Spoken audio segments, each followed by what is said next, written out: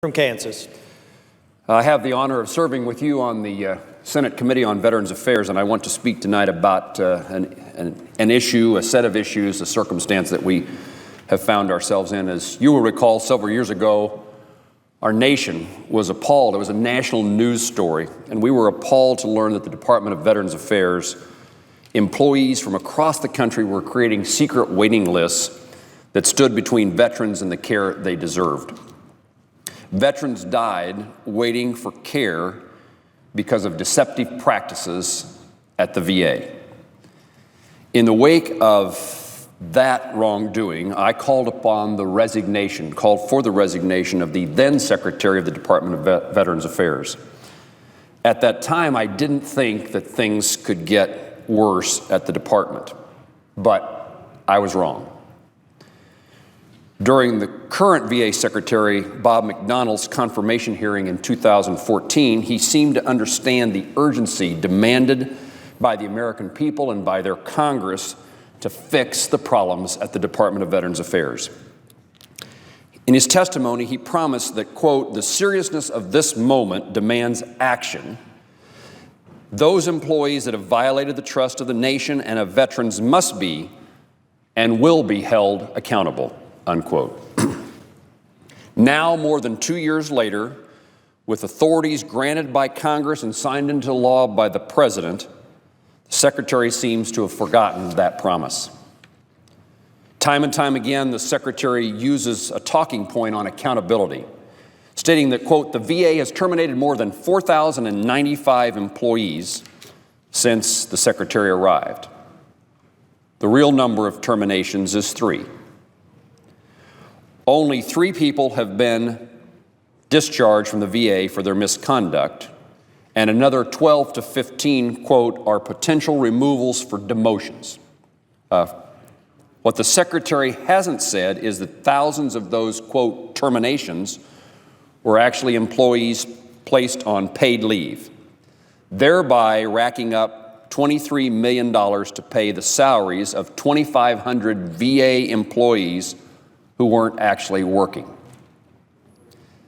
The opportunity for the Secretary and for the VA to hold bad actors accountable has been squandered.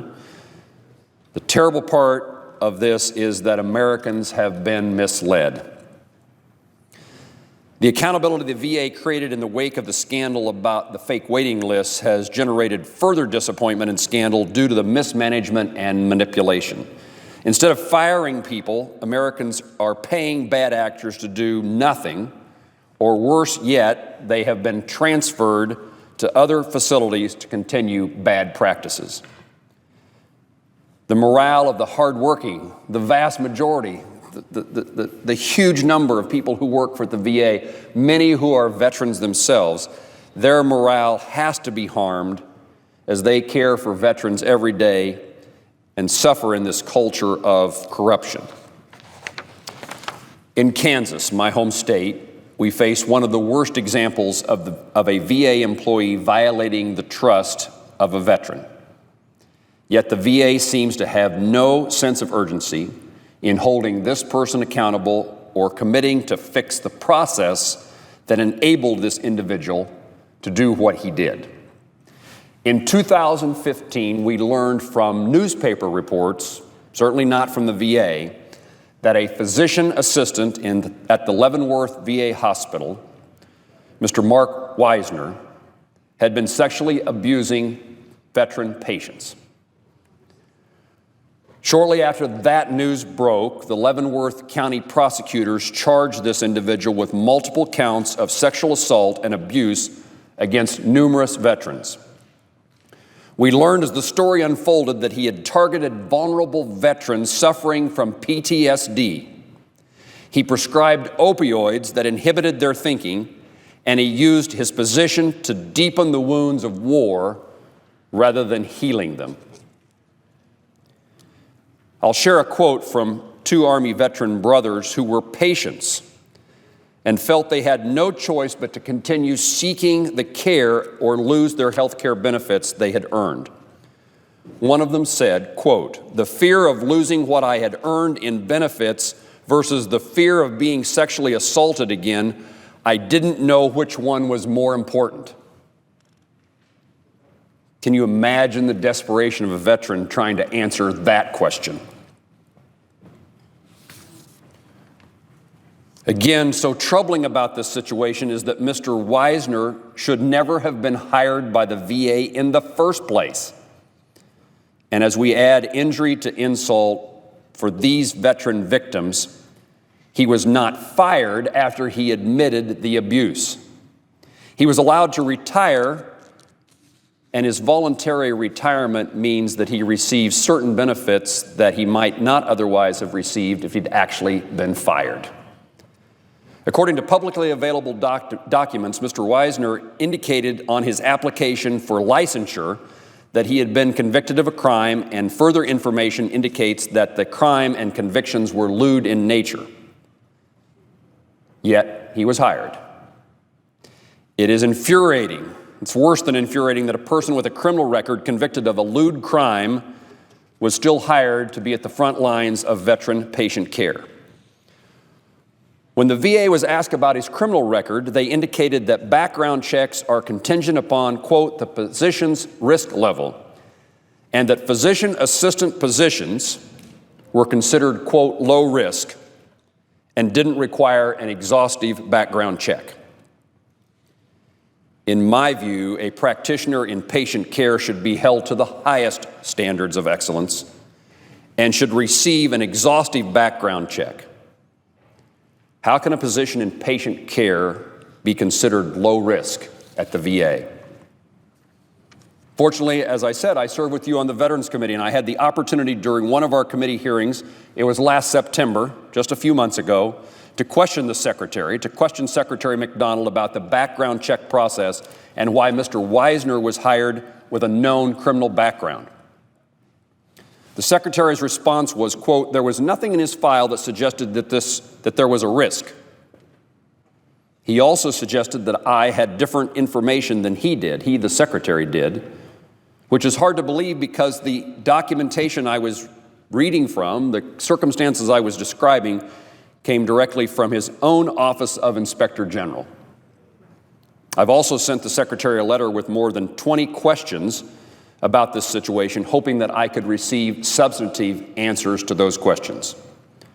More than 2 months passed until I received a response last week from the Undersecretary for Health.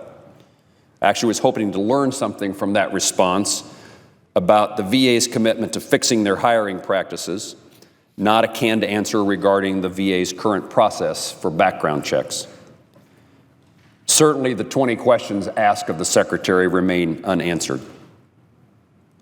And they remain unanswered regarding why the VA's credentialing process failed to catch Mr. Wisner, a convict. Does the VA not consider lewd crimes or convictions in an applicant's file as a risk to veterans?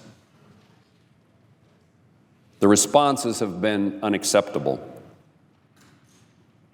The lack of response has been unacceptable.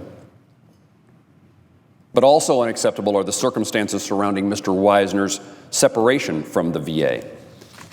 Instead of an immediate termination, unbelievably, he was permitted to retire with full benefits. When the VA police received a complaint about Mr. Wisner in May of 2014, they alerted the VA Inspector General.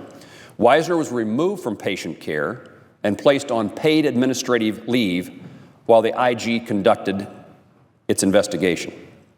Some days later, in an interview with the VA Inspector General, its special agent, Wisner, admitted that he, quote, crossed the professional lines and that he engaged in, quote, unnecessary and inappropriate behavior of a sexual kind.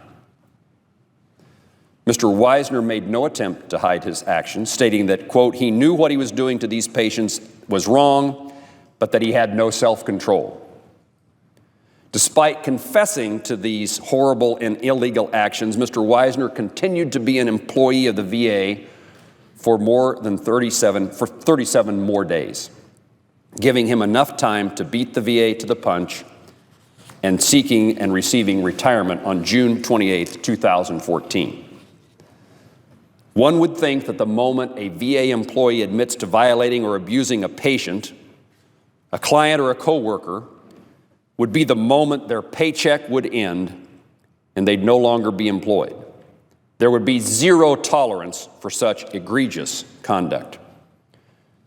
Grounds for immediate termination clearly existed from Wisner's own confessions, yet he was able to gather all of his personal documents and submit his retirement paperwork to the VA to guarantee his retirement benefits. Benefits, incidentally, that millions of veterans continue to wait for years and decades to receive. There are so many factors about this situation that are troublesome, upsetting, disgusting, but most importantly, our veterans themselves are distraught.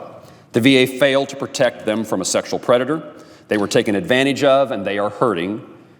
One victim took his own life, troubled by what had happened to him.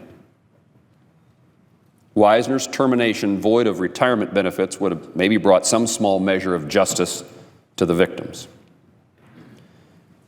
Despite having more than enough justification and the authority to fire Wisner, the VA chose to do nothing, and that inaction sends a very strong and disappointing message, not only to our veterans, but to the VA employees who are looking to the VA to have theirs and the patients they care for, our veterans' best interest at heart. They are expecting, our veterans are expecting the VA to live up to the I care values created by the Secretary. Secretary McDonald announced the I Care program, and I can tell you that veterans in Kansas would agree that the VA did not demonstrate integrity, commitment, advocacy, respect, or excellence in these circumstances. When given the opportunity in a hearing and in writing, the VA's top executives are unable to put at rest not just my mind, but the minds of veterans back home in Kansas. Veterans deserve a heartfelt, a thorough examination, a thorough explanation of what went wrong and what is now being done to make certain that it never happens again. Our local VA folks in our state have done what they can do to reach out to veteran patients. The stories continue to grow. Veterans continue to come forward. But however, there is a serious and significant incident. These serious and significant incidents require more than just outreach. They require more than just what can happen in Kansas. They require an engagement by the top leadership officials at the Department of Veterans Affairs. The VA's refusal to admit fault or to commit to remedying this situation gives little confidence to Congress and, more importantly, to veterans who are being asked to trust the department that failed to protect them. It appears the Secretary has forgotten his promise made over 2 years ago to uphold, quote, the seriousness of the moment, to hold those responsible for bad behavior accountable. There could be no more serious moment. There could be no more serious moment of recklessness by the VA than the abuse of a veteran by its own employees. Mr. President, I yield the floor.